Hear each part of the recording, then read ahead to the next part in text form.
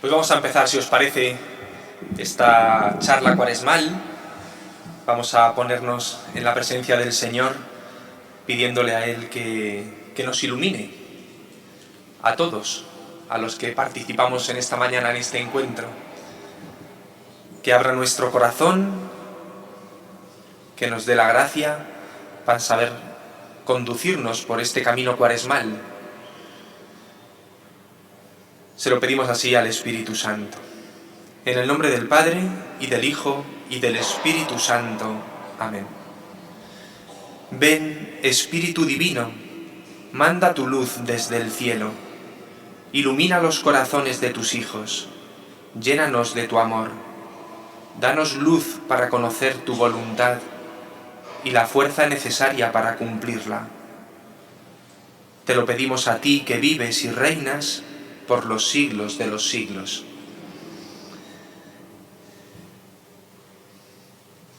Muy bien, pues en esta charla cuaresmal de esta mañana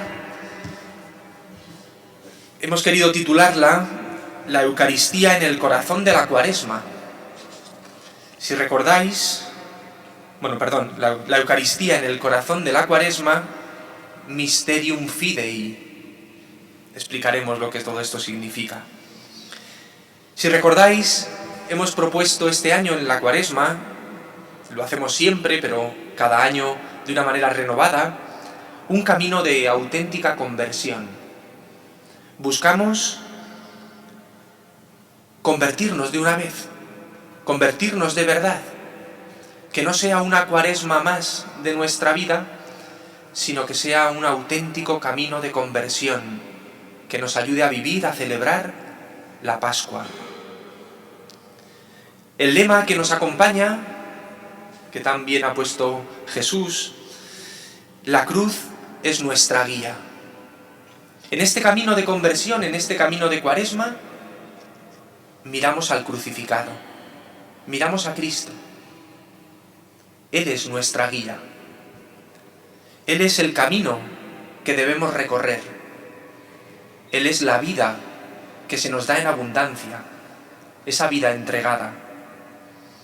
Y junto a este lema, esa otra realidad que escuchábamos el miércoles de ceniza en la liturgia: rasgad vuestros corazones y no vuestras vestiduras. Es fácil quedarnos en lo superficial. Llega la Cuaresma, llega un año más y nos proponemos hacer cosas. Nos lo recordaba Juan Carlos en el retiro de Cuaresma del principio, la primera semana. Es fácil quedarnos en hacer cosas: ayuno, abstinencia de los viernes, doy un poco más de limosna, hago un poco más de oración, que está bien, no son cosas que estén mal, ¿verdad? No voy a ser yo quien diga que eso no hay que hacerlo. Pero no podemos quedarnos solo en hacer cosas, porque eso es lo superficial. Tenemos que ir al corazón. Rasgad el corazón y no las vestiduras. No os quedéis en lo superficial, id al fondo de vuestra vida. Y es verdad que estas realidades, que son prácticas cuaresmales, nos ayudan a ir al fondo, pero es una ayuda para llegar al fondo, donde el Señor quiere entrar. La Cuaresma es un tiempo de oración, es un tiempo de desierto, es un tiempo de buscar el encuentro con Cristo, de contemplar su rostro, de entrar en intimidad con Él. Eso es lo que buscamos, pero desde la realidad de cada una de nuestras vidas, tal y como estamos. ¿Qué necesito cambiar realmente en mi vida para llegar al fondo, para entrar en esa intimidad con Cristo? Necesitamos convertirnos. Convertirse es volver a Él. Dice el Salmo: oigo en mi corazón, buscad mi rostro. Tu rostro buscaré, Señor, no me escondas tu rostro. Nosotros escuchamos en nuestro corazón también: buscad mi rostro. Tu rostro buscaré, Señor, le decimos. No me escondas tu rostro, porque a veces se me esconde, porque a veces no te encuentro, porque nos cuesta encontrar tu rostro en nuestra vida. No olvidemos que vivimos en un mundo sin Dios y que muchas veces nos hemos dejado envolver por ese mundo sin Dios en el que vivimos. Sabemos que el mundo ha eliminado de sus categorías el concepto de lo sagrado. Fijaos que desde el comienzo de la humanidad, desde el principio, el hombre ha vivido en un ambiente en el que lo sagrado, lo trascendente, lo envolvía todo. Lo sagrado estaba presente en todos los ámbitos de la vida del hombre. Estaba presente en lo familiar, estaba presente en lo social, estaba presente incluso en lo político y evidentemente estaba presente en el ámbito religioso. Estaba presente lo sagrado en todos los ámbitos de la vida. Un autor alemán bastante conocido, Rudolf Otto, que aunque lleve este apellido no tiene nada que ver con Federico, ¿verdad? Rudolf Otto definía este sentido de lo sagrado como la experiencia, decía él, de lo luminoso, la manifestación de la divinidad como misterio tremendo y fascinante. Antes que Rudolf Otto ya lo había dicho San Agustín de una manera similar, muchos siglos antes. Decía en su libro de las Confesiones: cuando te encontré por primera vez, temblé de amor y de horror. Tiemblo, decía él más adelante, por la disimilitud y ardo por la semejanza.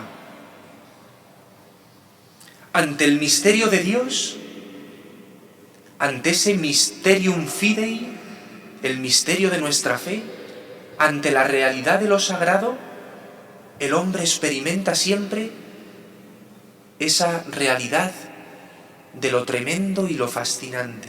Es tremendo porque cuando se manifiesta Dios, cuando se manifiesta en su poder, cuando la criatura se pone delante del Creador, uno experimenta esa sensación de que hay un abismo entre lo que Dios es y lo que yo soy. Es un abismo tremendo entre lo que Dios me ama y lo que yo puedo amarle, entre lo que Dios me da y lo que yo puedo corresponder. Es un misterio tan grande esa diferencia entre el Creador y la criatura, que produce siempre una experiencia de terror, de horror, no de miedo, sino de temor, lo que hemos llamado siempre el temor de Dios. Es el reconocer esa distancia entre Dios y yo. Pero junto a ese misterio tremendo, también se da esa experiencia de lo fascinante. Me fascina, me atrae.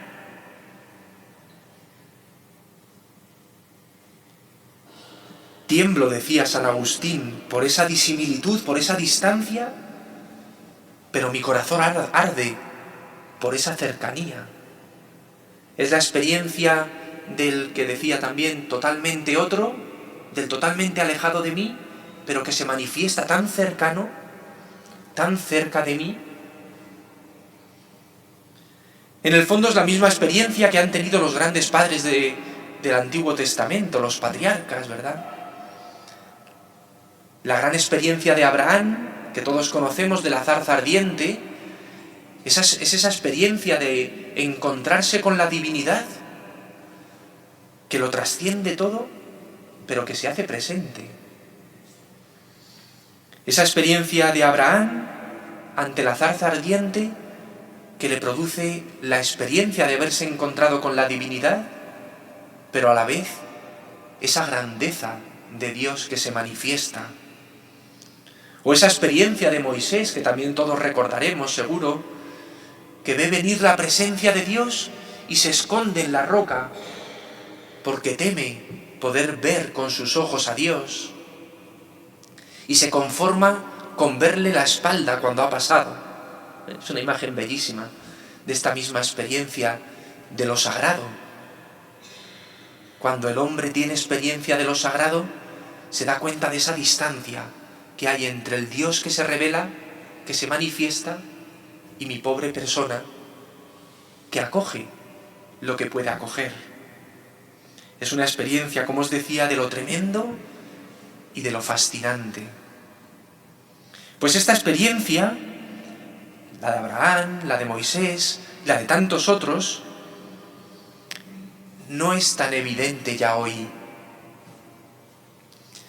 Ha habido un momento en el siglo XIX, sobre todo en Occidente, ¿verdad?, en nuestra tierra, en el que ha habido un empeño de construir un mundo, una sociedad, eliminando este sentido de lo trascendente, eliminando cualquier referencia a Dios. Todos recordamos, ¿verdad?, aquella famosa frase de Nietzsche: Dios ha muerto. Dios ha muerto. Sin embargo, aunque ha habido mucho empeño, ¿verdad?, en vivir sin Dios y en no dejar a Dios que esté presente, sin embargo, esta nostalgia de lo sagrado, de lo luminoso, de este misterio de la divinidad que se hace presente, sigue muy presente en el corazón del hombre. Es verdad que como nostalgia, pero está presente. Dos ejemplos que seguro que vais a entender bien. Fijémonos, por ejemplo, en los jóvenes. Los jóvenes sienten la necesidad de ser como transportados lejos de su vanidad en su vida cotidiana. Tienen como la necesidad de escapar, de trascender en el fondo esta vida en la que vivimos, y se han inventado sus propias formas de satisfacer esta necesidad interior. Los psicólogos de masas han observado que los jóvenes que asisten, por ejemplo, a estos famosos conciertos de música o a estos festivales que duran varios días, son como transportados fuera de su mundo cotidiano y proyectados a una dimensión que les da una impresión de algo trascendente, de algo sagrado. Esa experiencia que tienen estos jóvenes en estas realidades, en estos ambientes, es la de ser parte de una realidad distinta, de una realidad superior, lo que da lugar a una especie de devoción. Escuchamos, ¿verdad?, a los jóvenes que hablan de que son fan. El término fan es una abreviatura de fanático que tiene una connotación religiosa muy profunda. Y hablan de sus ídolos musicales. Al final, el fan, este joven que se mueve detrás de sus ídolos, al final es un devoto. En el fondo, estas experiencias son como una liturgia que transporta a la persona a otro nivel, a un nivel superior, que le hace trascender, pues muchas veces, lo vacío de su vida cotidiana. Ocurre lo mismo con otras muchas realidades. Todos hemos tenido la experiencia, o muchos, de entrar en un campo de fútbol, ¿verdad?, en un estadio de fútbol. Y esa cantidad de gente que está, de alguna manera, transportado a otra realidad superior, diferente, y que venera a aquellos 22 hombres que salen en calzoncillos a jugar detrás de un balón, que yo nunca he entendido dónde está el misterio, ¿verdad? Pero los veneran. Y los jugadores de fútbol se han convertido en auténticos ídolos que mueven masas. Porque en el fondo, en el corazón del hombre, sigue esa nostalgia de lo sagrado. Ocurre lo mismo con las ideologías. Todos hemos conocido, ¿verdad?, las grandes ideologías que han movido a la humanidad en el siglo XX, y también conocemos a dónde nos han llevado esas ideologías. En el fondo, hemos eliminado a Dios y ha ocupado su lugar otras realidades. En el fondo son sucedáneos de Dios. Hemos sustituido al Santo de los Santos, al Santísimo, al que está por encima de todo. Hemos sustituido a la divinidad por un simple sucedáneo, por un ídolo. Y de ahí viene esta experiencia de vacío que vive el mundo de hoy. De ahí viene esa sensación de orfandad en la sociedad en la que nos movemos. Por un lado, el hombre de hoy sigue sintiendo ese deseo de plenitud, ese deseo de infinito, ese deseo de trascender la realidad que ven nuestros ojos, y a la vez vemos que estos sucedáneos no colman ese deseo. Se parecen, pero no llenan. Solo Dios puede colmar ese deseo. Lo que decía también San Agustín y que todos recordamos: me creaste, Señor, para ti, y mi corazón solo descansará cuando descanse en ti. Aunque no recemos el Ángelus, ya que escuchamos las campanas, pues elevamos también nuestro corazón a Dios y a nuestra Madre María en ese momento de la Encarnación. Pues bien, os decía que nos creaste, Señor, para ti, y solo descansaremos cuando descansemos en ti. Permitidme que haya hecho este abanico tan amplio, pero voy a ir aterrizando. El siguiente paso que quería dar, después de este marco en el que nos movemos: yo estoy convencido de que vivimos una oportunidad única como cristianos en este siglo en el que nos movemos. Estoy convencido de que la Iglesia hoy puede ser para los hombres ese lugar privilegiado de una verdadera experiencia de Dios, de lo sagrado, de lo trascendente. La Iglesia hoy tiene una palabra que decir ante esta realidad del hombre que está buscando a ciegas, y no podemos perder esta oportunidad. Podemos vivir este momento como un momento de decir: esto es un fracaso, Dios ha muerto, o podemos vivirlo como una oportunidad de mostrar de nuevo al mundo que solo Dios puede llenar el corazón del hombre. Por eso me gustaría, para ir aterrizando, pararme un momento en cuál fue la experiencia que tuvieron los apóstoles cuando se encontraron con Jesús. ¿Qué experimentaron los primeros discípulos cuando se encontraron con Cristo? ¿No fue acaso una experiencia de lo sagrado? ¿No fue acaso una experiencia de lo trascendente? ¿Quién es este hombre?, se preguntaban, que hasta el mar y las olas le obedecen. Un día pregunta Jesús: ¿quién dice la gente que soy yo? Y los apóstoles responden: unos dicen que Juan, otros dicen que alguno de los profetas, que Elías. ¿Y vosotros?, pregunta Jesús, ¿quién decís que soy yo? Es la pregunta crucial. Y Pedro, en nombre de todos, responde: tú eres el Mesías, el Hijo del Dios vivo. ¿No es esto una experiencia de lo sagrado? Jesús era un hombre, como cualquiera de los otros.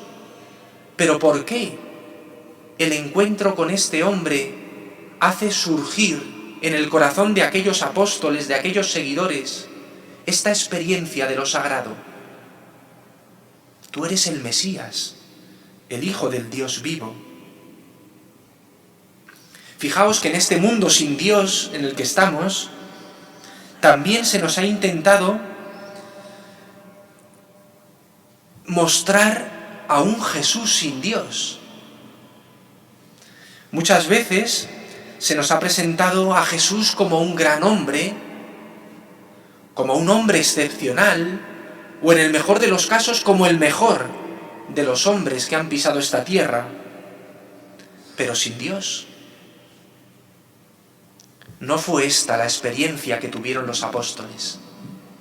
No fue esta la experiencia que tuvieron los que vieron y oyeron a aquel hombre. Tú eres el Mesías, el Hijo del Dios vivo. El Hijo del Dios vivo. ¿Se le puede decir eso a un hombre? Incluso los endemoniados que se cruzaban con él le reconocían así. Sabemos quién eres, el Santo de Dios. O los que se postraban ante él, como el caso del leproso, ¿verdad? ¿Recordáis? Se postró ante él. Solo ante Dios se postra un judío. Reconocían en él al mismo Dios presente en medio de ellos. Quien se cruzaba con este hombre reconocía en él la presencia de lo divino. O aquella mujer, la hemorroísa, que se conformaba con tocar la orla del manto de Jesús. Solo Él puede sanarme. Entrar en contacto con Jesús era entrar en esa experiencia de lo mistérico, en el sentido más profundo del término, del misterio, de la presencia de Dios, de esa presencia que lo trasciende todo. Era entrar en la presencia de lo sagrado. Como os decía, nos han querido vender a un Jesús sin Dios, pero no vamos a comprarlo, ¿eh? Todos recordamos, ¿verdad?, cómo se ha explicado en muchas ocasiones aquel famoso milagro de la multiplicación de los panes y los peces. No, es que en el fondo fue el milagro de la solidaridad, nos han explicado. Hombre, Jesús tocó el corazón de todos aquellos que estaban allí y cada uno fue sacando su bocadillo que llevaba ahí escondido, solo para él, y fueron compartiendo entre todos y sobró. No fue eso lo que experimentaron aquellos que estaban aquel día delante de Jesús. Ellos experimentaron que Dios fue capaz de obrar, de actuar y de multiplicar lo que para los hombres era imposible. Aquellos que se cruzaban con Él solo podían reconocer lo sagrado.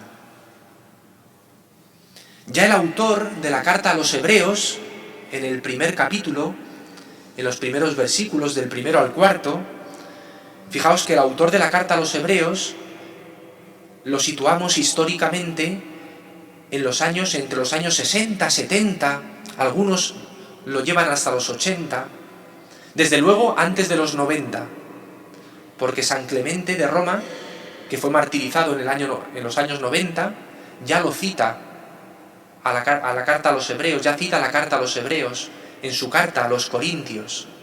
Por lo tanto, entre los años 60, 80, es decir, 30 años, 40 años después de la muerte de Jesús, que eso no es nada, ya el autor de la carta a los Hebreos comienza así su carta diciendo: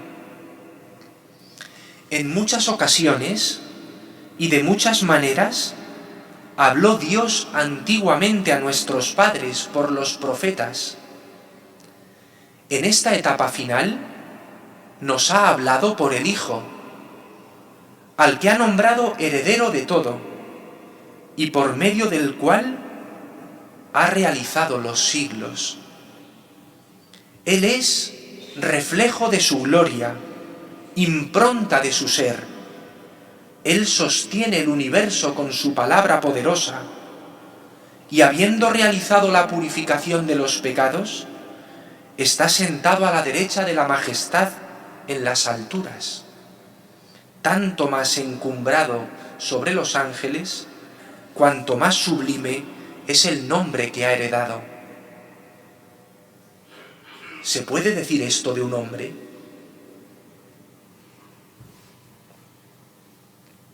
Pues todo llega a su plenitud en la noche de la última cena. Como veis, ya me voy acercando al tema, En la noche de la última cena, habiendo llegado su hora de pasar de este mundo al Padre, habiendo amado a los suyos que estaban en el mundo, los amó hasta el extremo. Y quiso celebrar la Pascua con sus discípulos. La cena de la Pascua no era una cena cualquiera en el año judío. Era la cena más sagrada. Era la fiesta más sagrada del pueblo de Israel. En esa cena sagrada, Jesús instituye lo que hoy llamamos la Eucaristía. En esa liturgia judía, por excelencia, Jesús tomó el pan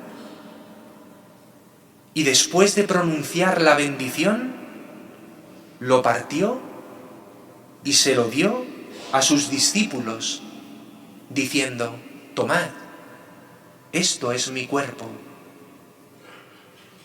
Al final de la cena tomó el cáliz, pronunció la acción de gracias y dijo: bebed todos, porque esta es mi sangre de la alianza, que es derramada por muchos para el perdón de los pecados.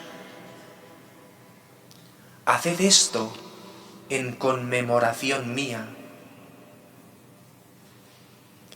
Los que estaban sentados en aquella mesa aquel día sabían que no era una cena más. Los que estaban alrededor de aquella mesa en aquella noche, en la noche de la Pascua, sabían que ahí estaba aconteciendo algo grande, algo distinto, algo incluso superior a la mera Pascua judía. Los apóstoles tuvieron ahí esa experiencia de lo sagrado. Tomó pan, pronunció la bendición, lo partió y se lo dio, diciendo: tomad, esto es mi cuerpo. Esa estructura de ese relato es la estructura de la celebración eucarística, que iremos después y contemplaremos despacio. Esta experiencia marcó el corazón de los apóstoles y desde el principio vieron la necesidad de cumplir con ese mandato de Jesús: haced esto en memoria mía. Ese término conmemoración que hemos traducido nosotros, ese término memoria, traduce el término judío memorial. El memorial judío no era solamente hacer un recuerdo de lo que habían vivido. El memorial judío era actualizar, era hacer presente lo que había acontecido en el pasado. No era solo recordar, era hacer presente. Jesús está diciendo a sus apóstoles: haced presente esto cada vez que os juntéis en mi nombre. Y así lo vivieron los primeros cristianos, desde el principio. Recordamos las apariciones del resucitado, donde el Señor va ayudándoles a profundizar en esta Pascua que habían celebrado.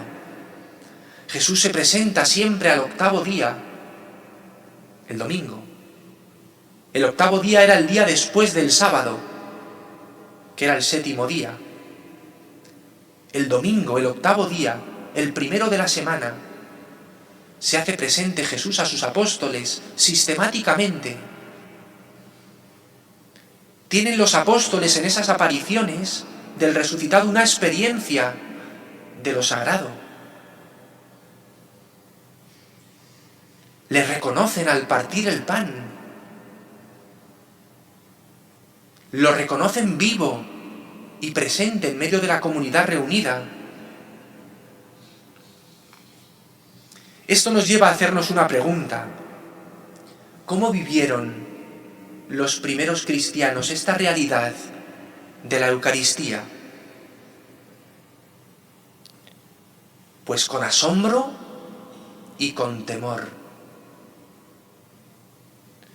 Lo vivieron con asombro porque tenían conciencia de lo sagrado de aquella realidad y con ese temblor reverencial ante lo que estaba aconteciendo. ¿Pero frente a qué? No ya ante la majestad, sino ante la humillación del siervo. ¿Me explico? No vamos a hacer un recorrido de la historia de la liturgia, ¿verdad? Que no es el tema, ¿no? Pero solamente quisiera destacar esa pequeña evolución, grande en su conjunto, que concierne al sentido de lo sagrado. Al comienzo de la Iglesia, en los primeros momentos, durante los primeros siglos, la liturgia era verdaderamente una liturgia del pueblo. El pueblo, los cristianos, se reunían a celebrar, lo recogen así los Hechos de los Apóstoles, la fracción del pan. Durante los 3 primeros siglos, los creyentes en Jesús se reunían en un banquete, en una comida, en las casas, ocultos muchas veces por las persecuciones, o en las catacumbas después. Lo hacían en un ambiente de una comida, recordando la cena judía, la cena de la última cena. Y en esa comida, el que presidía cogía el pan, hacía una oración para bendecir a Dios, para darle gracias, lo partía y se lo daba a los cristianos diciendo: tomad y comed, porque esto es mi cuerpo. El memorial que Jesús mandó realizar, lo realizaban de esta manera tan sencilla, que es el eje fundamental de la celebración de la Eucaristía de hoy. Tomó el pan, lo partió y se lo dio. Tan sencillo como eso. Ya San Pablo echa en cara a alguna comunidad que estaban viviendo unos abusos intolerables en estas comidas, porque en este ambiente festivo de la comida, los que tenían más comían más y los que tenían menos no comían. Y San Pablo dice: no puede ser que compartamos así el cuerpo de Cristo.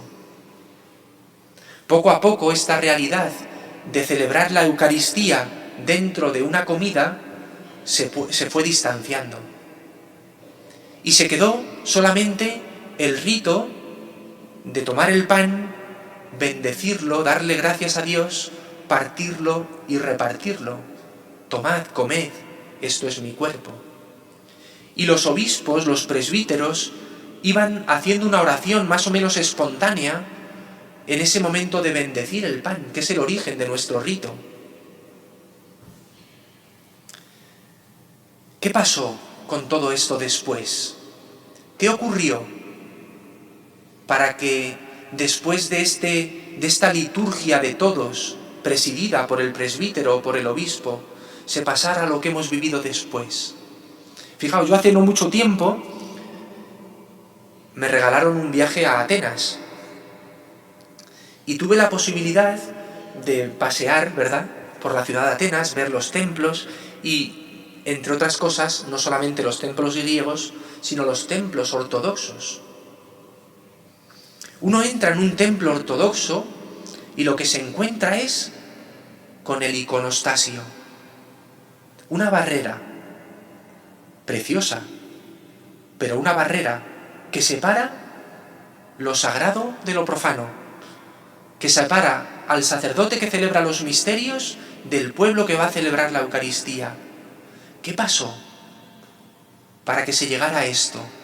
Donde lo sagrado queda detrás de una cortina, donde lo sagrado queda detrás de un iconostasio. ¿Qué pasó? Pues la respuesta es complicada, pero podemos resumirlo en algo. Pues pasó el clericalismo que llama el Papa Francisco tantas veces, ¿verdad? Dejó de ser una liturgia del pueblo para pasar a ser una liturgia del clero, donde el pueblo asistía, donde el pueblo acompañaba con su oración, pero el que celebraba el misterio era el clero, era el sacerdote. Esto ocurre también en nuestra liturgia occidental. Durante muchos siglos hemos participado de la liturgia de una manera pasiva, donde el que celebraba era el sacerdote y donde los fieles oían misa. Esa expresión es muy nuestra: voy a oír misa. El concilio, con la reforma litúrgica, quiso volver a los orígenes, donde sea el pueblo el que celebra. El sacerdote preside, pero el pueblo entero celebra la liturgia eucarística. El pueblo tiene acceso a lo sagrado.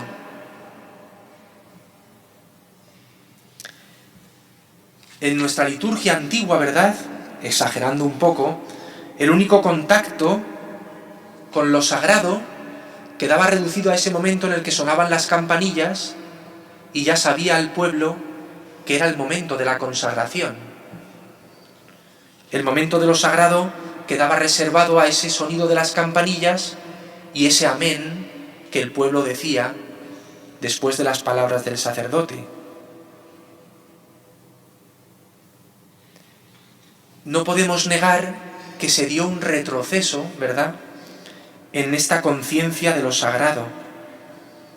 Y se volvió a un culto más vinculado al Antiguo Testamento, donde el sumo sacerdote entraba en el Sancta Sanctorum con el incienso y la sangre de las víctimas, y el pueblo quedaba fuera, temblando, abrumado ante la sensación de majestad y la inaccesibilidad de Dios. El sentido de lo sagrado es muy fuerte aquí, pero después de Cristo este es el sentido más justo y genuino de lo sagrado. Esta es la pregunta crucial. También en la carta a los Hebreos leemos: no os habéis acercado a una realidad sensible, a un fuego ardiente, a una oscuridad, a unas tinieblas, a un huracán, a un sonido de trompetas, a un ruido de palabras tan terrible como el de Moisés, ¿verdad? No, os habéis acercado a Jesús, al mediador de la nueva alianza, y a la aspersión purificadora de una sangre que habla mejor que la de Abel. Cristo ha penetrado más allá del velo y no ha cerrado su paso detrás. Lo sagrado ha cambiado su forma de manifestarse. Ya no se manifiesta como un misterio de majestad y de poder, sino como una capacidad infinita de hacerse a un lado, de esconderse.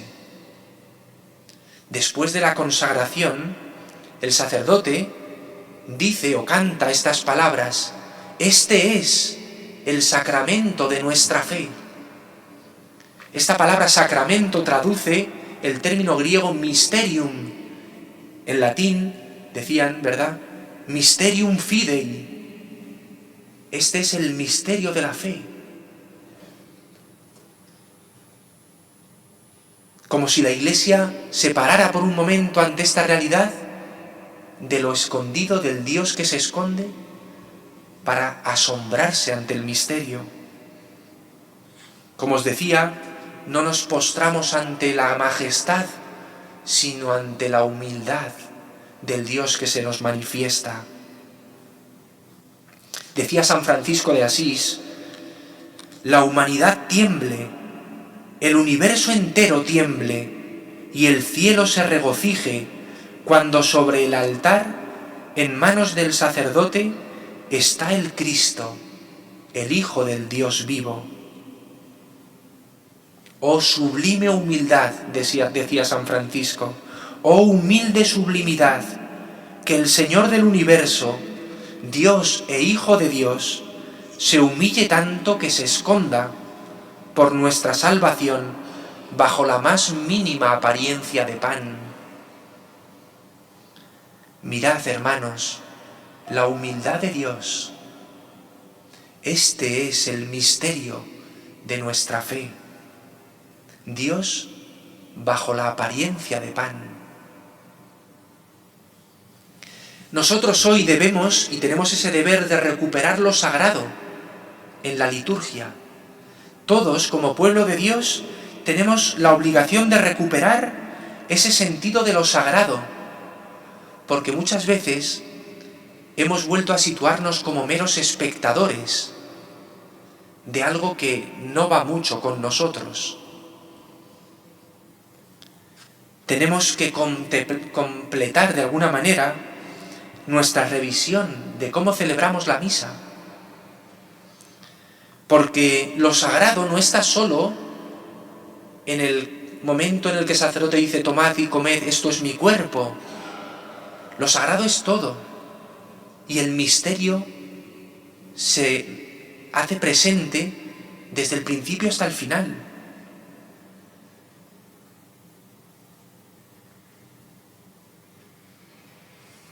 Voy a ir acortando porque si no me alargo.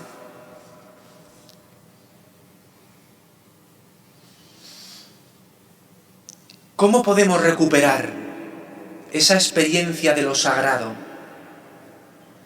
Muchas veces hemos convertido la liturgia, o hemos reducido, mejor dicho, la liturgia a un momento de encuentro, de familia, de comunidad que se reúne. Es verdad. Pero es mucho más que un mero encuentro festivo. La liturgia es un encuentro con la divinidad. De tal manera que la experiencia de lo sagrado tiene que comenzar incluso antes de llegar a la iglesia. Y me explico. ¿Qué sentido tiene hoy el ayuno eucarístico?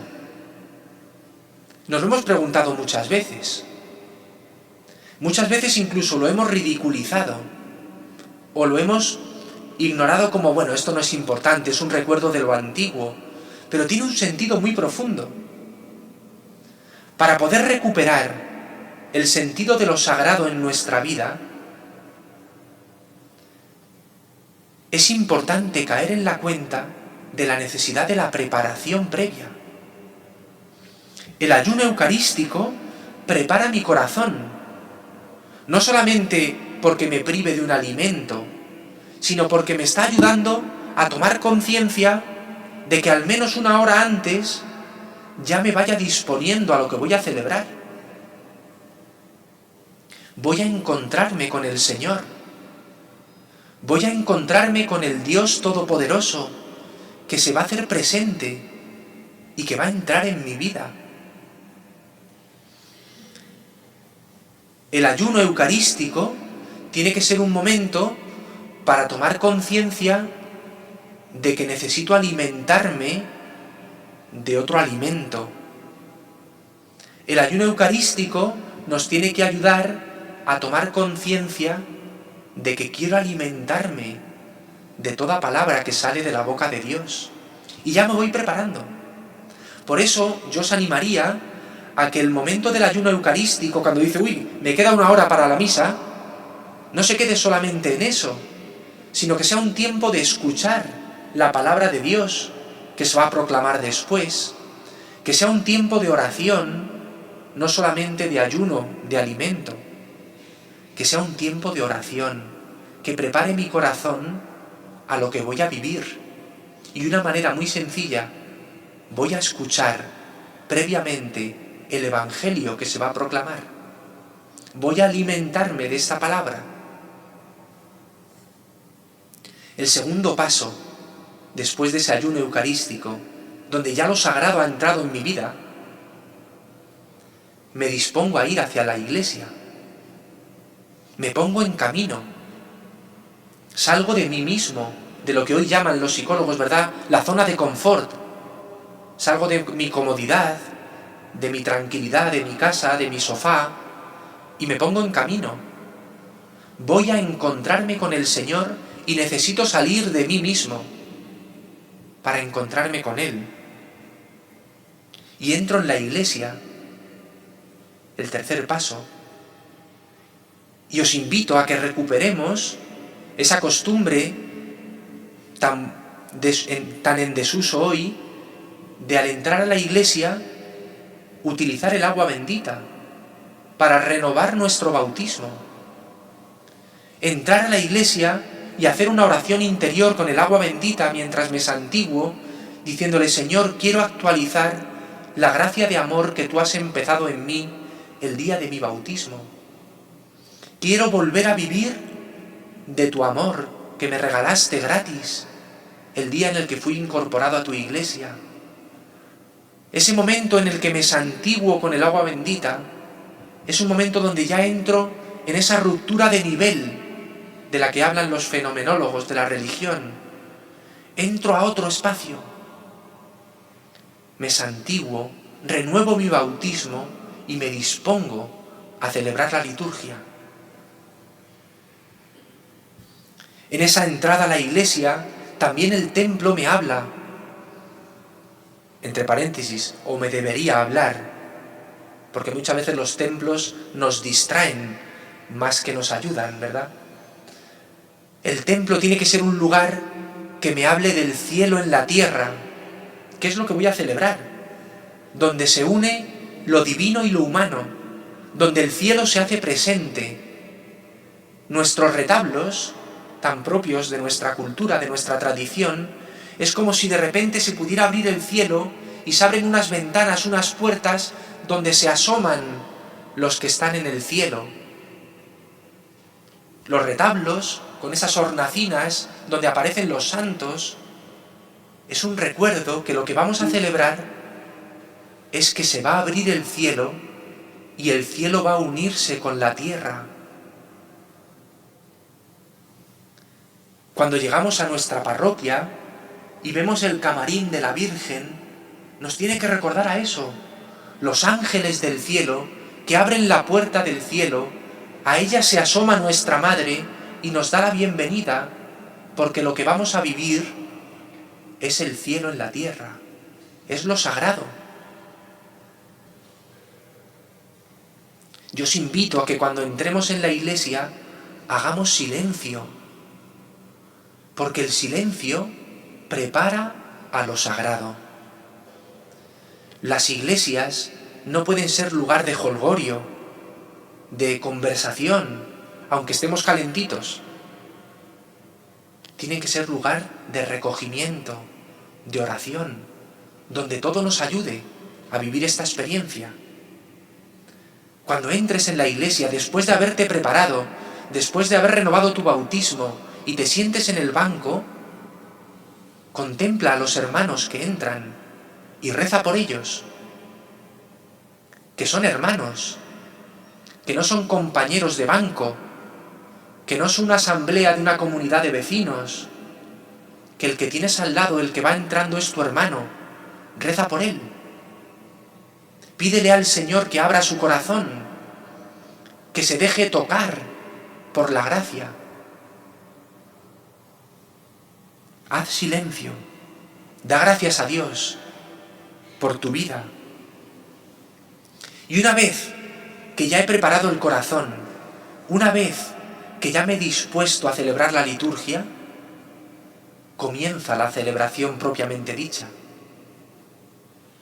¿Cómo comienza cada liturgia? En el nombre del Padre, y del Hijo, y del Espíritu Santo. Aquí está todo. Venimos a encontrarnos con la Trinidad. Venimos a ponernos como criaturas delante del Creador del universo. Venimos a entrar en comunión con Dios. En su nombre comenzamos los sagrados misterios. Y ante la realidad del Dios que se nos manifiesta, solo puedo reconocer mi pequeñez. Y por eso reconocemos nuestros pecados y pedimos perdón con un gesto precioso ante Dios Todopoderoso y ante vosotros, hermanos, que he pecado. Es un gesto precioso. Cada vez que comenzamos la Eucaristía, ante Dios Todopoderoso y ante mis hermanos, pido perdón porque me siento pequeño ante todo lo que Dios va a darme. Y acojo el perdón que Dios me regala. Dios Todopoderoso tenga misericordia, perdone nuestros pecados, nos lleve a la vida eterna. Y después de haberme puesto ante la presencia de Dios, reconociendo la gran distancia entre Dios y yo, entre su grandeza y mi pequeñez, después de haber recogido su regalo del perdón, de su misericordia, me dispongo a escuchar su palabra. Dios que no es un Dios mudo, Dios que es un Dios que habla al corazón del hombre. La liturgia de la Eucaristía no es un acto donde tengo que buscar el silencio como vacío interior. No, esa no es la experiencia del cristiano. El silencio cristiano es un silencio lleno de la palabra de Dios. Nosotros no hacemos oración para situarnos ante el silencio como vacío, como los orientales, ¿verdad? Como las religiones de Oriente, que buscan ese silencio absoluto como vacío interior. No, nosotros hacemos silencio para que Dios hable, para que se escuche su voz, y la palabra de Dios se hace presente. Y la palabra de Dios ilumina el corazón del hombre. ¿Cómo acogemos la palabra de Dios en nuestras celebraciones litúrgicas? Pues a veces de forma rutinaria. Muchas veces el origen de esta rutina viene porque no nos hemos preparado previamente. Ayuda mucho el haber preparado esa palabra de Dios en nuestro corazón antes de escucharla en la misa. Pero a veces también la acogemos de forma rutinaria por cómo celebramos la liturgia de la palabra. ¿Qué silencio hacemos después de escuchar la palabra? Sería bueno recuperar, así lo dice Benedicto XVI en muchas de sus homilías y sobre todo en su tratado sobre la liturgia. La palabra de Dios tiene que ir precedida y acompañada del silencio. Aunque sean unos segundos, pero tenemos que dejar que la palabra de Dios que se ha proclamado cale en nuestro corazón. ¿Y qué nos ocurre? Que muchas veces leemos la primera lectura, el Salmo, la segunda, el Evangelio, una detrás de otra, y si algunos nos preguntaran de qué iba la primera lectura, ya ni nos acordamos. Es muy importante escuchar a Dios, acoger su palabra, para poder vivir esta realidad de lo sagrado. Dios que nos habla. Y después viene la homilía. Esto es una opinión personal mía, lo que voy a deciros. Yo la eliminaba. Y no porque no tenga ganas de prepararla, sino porque muchas veces distrae. O tapa, todavía peor, tapa la palabra de Dios. El Papa Francisco no es tan radical como yo, ¿verdad? Insiste muchas veces a los sacerdotes en la brevedad y en la preparación de la homilía. La homilía, para que sea verdaderamente válida, tiene que estar bien preparada y tiene que estar muy reducida en el tiempo, porque no puede ser que hable más el sacerdote que Dios. Mi manera de entender, y esto es una opinión personal, yo sacaría la homilía de la liturgia de la Eucaristía. Yo sacaría la homilía a después de la misa. Pero esto es una opinión mía que no tiene más importancia. Pero si está dentro de la misa, tiene que ser clara y concisa. Porque si no, tapa la palabra de Dios. Tiene que servir la homilía para dar luz a la palabra, no para ocultarla. Y junto a esta realidad, así repartimos para todos, no solamente para los sacerdotes,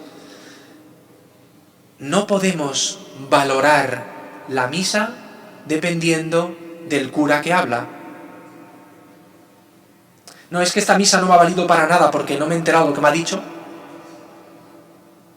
Hemos reducido la misa, el valor de la Eucaristía, a qué bien ha hablado el cura, o qué mal ha hablado el cura, que suele pasar lo contrario, ¿verdad? Nos hemos cargado la liturgia. ¿Cuántas veces decimos, no, yo no voy a esta misa porque no me gusta cómo habla fulanito? Iba a decir una barbaridad que no voy a decir porque la están grabando. No seamos tontos. No seamos tontos. El valor de la Eucaristía no puede quedar reducido a si habla bien o habla mal el cura, porque entonces nos hemos cargado todo. No, ni podemos nosotros tapar la palabra de Dios con la homilía, ni podemos valorar la Eucaristía dependiendo de si me ha gustado más o menos lo que ha dicho el cura. Porque permitidme, la homilía es lo menos importante de la misa. Puede ayudar, pero no es lo más importante. O mejor dicho, debería ayudar, pero es un instrumento. No es lo más importante. ¿Por qué valoramos más la homilía que el Evangelio? ¿Has escuchado que Dios te ha dicho esto y te quedas en que el cura te ha dicho esto otro? Pues no seamos tontos. Valoremos la palabra de Dios y no la palabra del cura. Si ayuda, bien. ¿Que no ayuda? Pues bien también, porque no es lo más importante. Dios habla y el cristiano acoge la palabra que Dios le dirige. Y después de esto, proclamamos nuestra fe en este Dios que sigue actuando en la historia, en este Dios que acaba de hablarnos, en este Dios que ha llenado nuestro corazón con su voz. Y reconociendo su presencia, le presentamos nuestras súplicas, en lo que conocemos como la oración de los fieles. ¿Cómo vivimos la oración de los fieles? También se podría hablar largo y tendido de esto, Primero, ¿es oración de los fieles? ¿Es la oración del pueblo? ¿O es unas oraciones que nos leen? ¿Las hacemos nuestras? ¿Elevamos nuestras propias preces en nuestro interior? ¿Presentamos nuestras necesidades ante Dios? Ante el misterio del Dios que se nos revela, tenemos la posibilidad de abrirle nuestro corazón y decirle, Señor, después de haberme dirigido tu palabra, déjame que te dirija yo la mía. Mira, Señor, ayúdame en esto. Mira, Señor, me acabas de hablar de la necesidad de la conversión, por ejemplo. Señor, ayúdame a convertirme. Hagamos nuestras preces. Porque solo el que reconoce que Dios está ahí presente puede decirle cara a cara, Señor, necesito que me ayudes.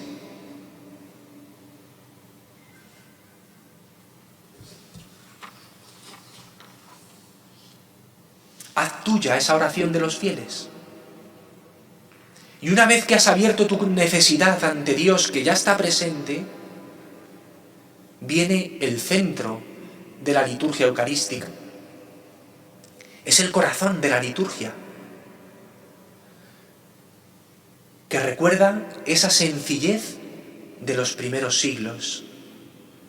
Jesús tomó el pan, el ofertorio, te acercan el pan, el vino, fruto de la tierra y del trabajo de los hombres, tomó el pan, elevó una oración para bendecirte y darte gracias, que es lo que llamamos la plegaria eucarística, el sacerdote que en nombre de todos Es decir, todos con el sacerdote elevan una oración al Padre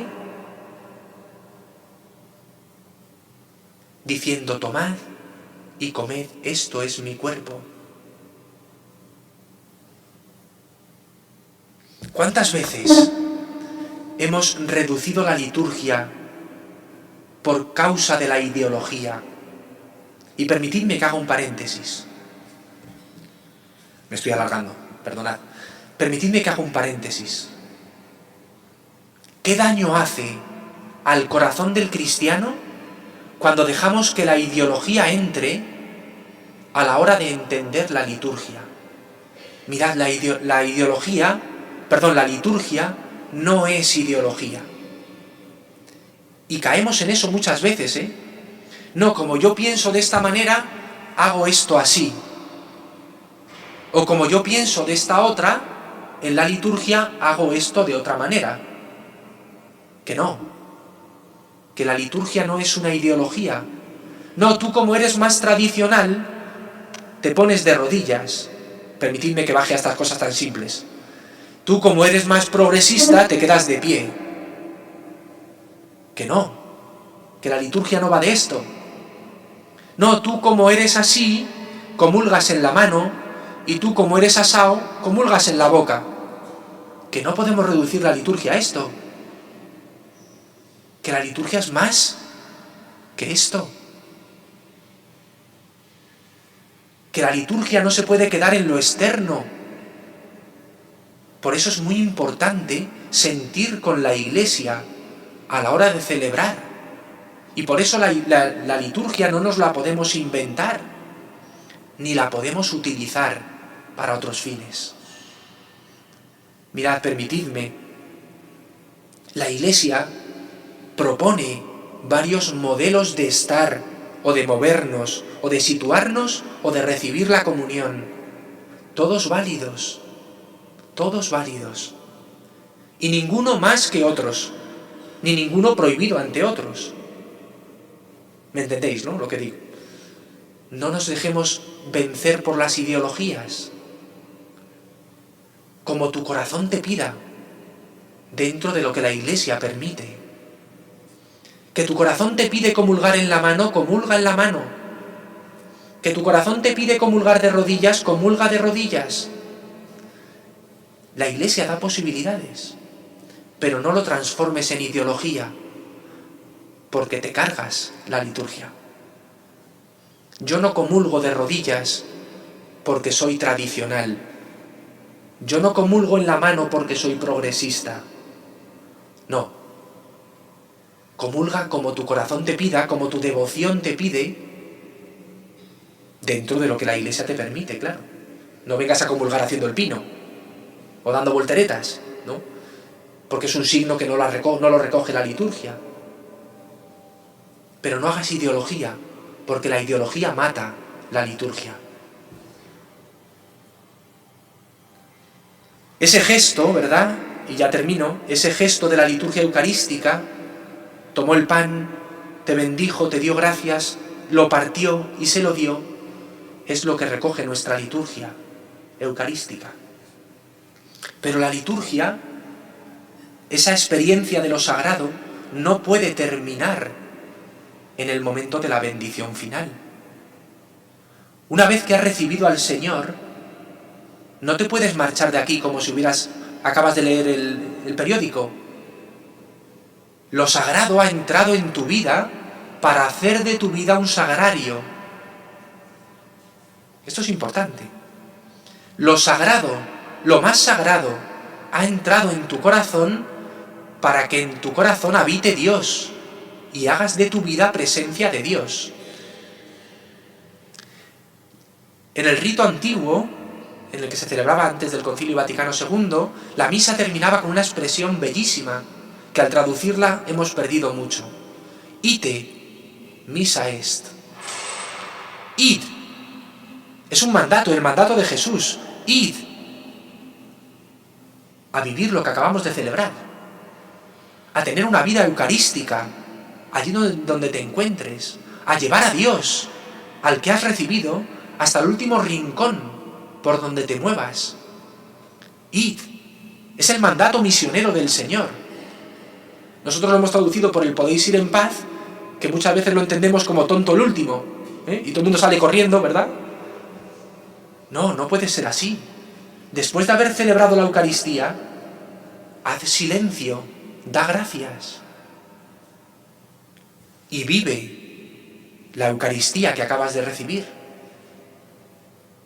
El haced esto en conmemoración mía no termina con el podéis ir en paz. Por eso estamos llamados a tener una vida eucarística. Para esto es de gran ayuda la adoración eucarística después de la misa. No se puede separar la adoración eucarística de la celebración de la Eucaristía. No se puede separar. No son cosas distintas.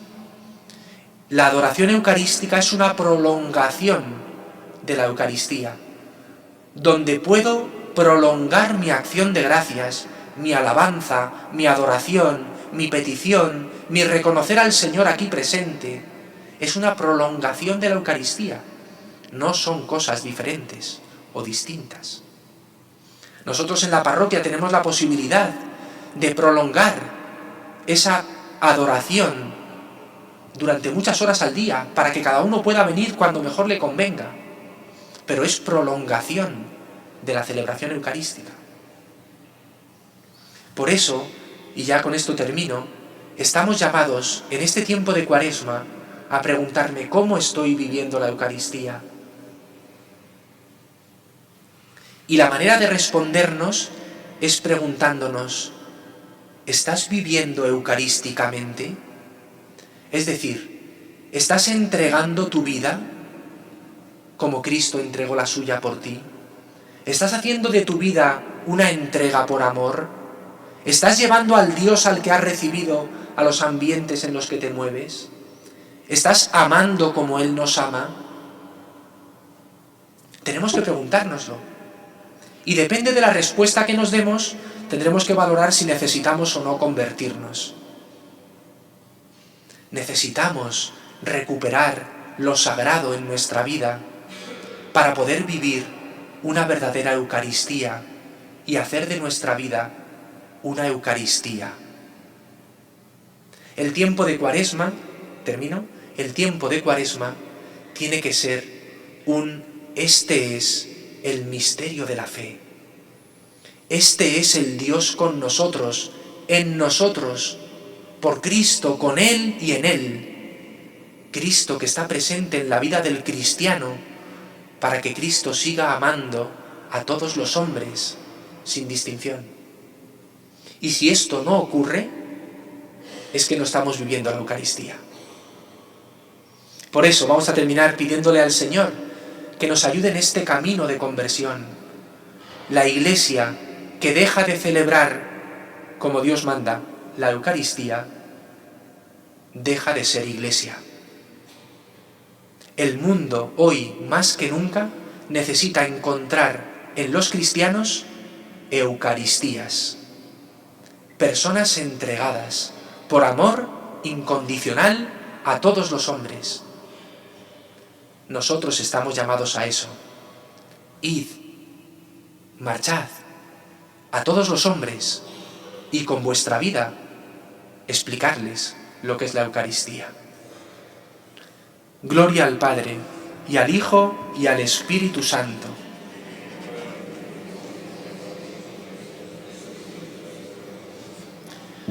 Pues perdonadme que me he alargado demasiado. Espero que nos dé alguna luz, alguna pista para poder seguir creciendo y ayudarnos entre todos a vivir esta Cuaresma. El sábado que viene tendremos la siguiente charla cuaresmal, que la dará nuestro Pablo, que será sobre la oración. Es otro paso más, la Eucaristía y la oración en la vida del cristiano en este tiempo de Cuaresma. Muchas gracias.